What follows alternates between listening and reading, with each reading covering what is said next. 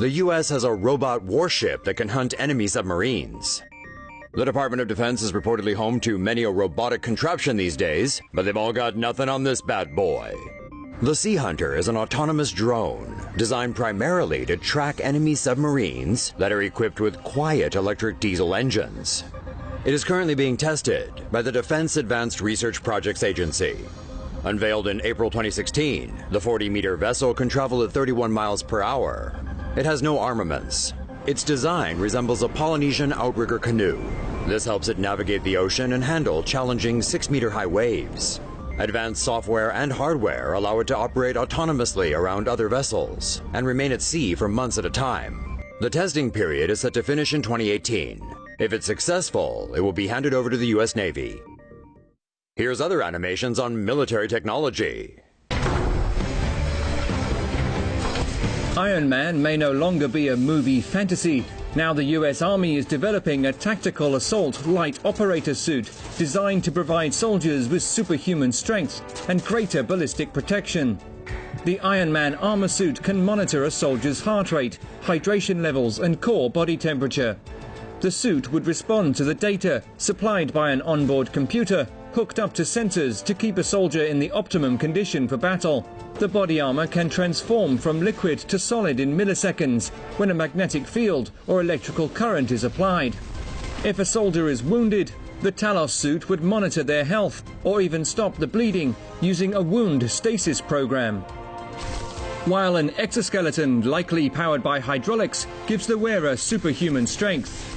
The lightweight suit will also provide the wearer with night vision, increasing a soldier's mobility. Antennas provide capacity for communications.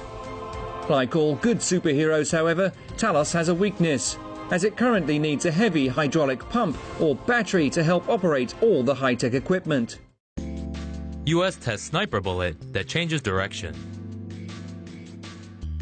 The Department of Defense has been testing a .50 caliber bullet that can change direction mid-flight.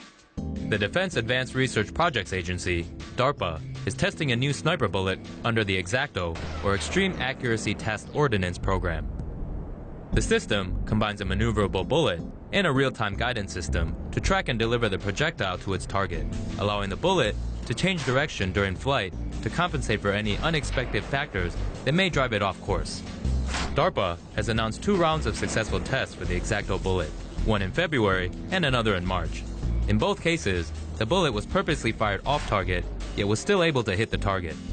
DARPA hopes that the bullet will be helpful in windy and dusty terrain in regions such as Afghanistan. Pentagon tests MALD-J decoy missile. The U.S. Marine Corps and U.S. Air Force announced on Tuesday that they had successfully completed the first flight demonstration of a miniature air-launched decoy jammer with the radio data link.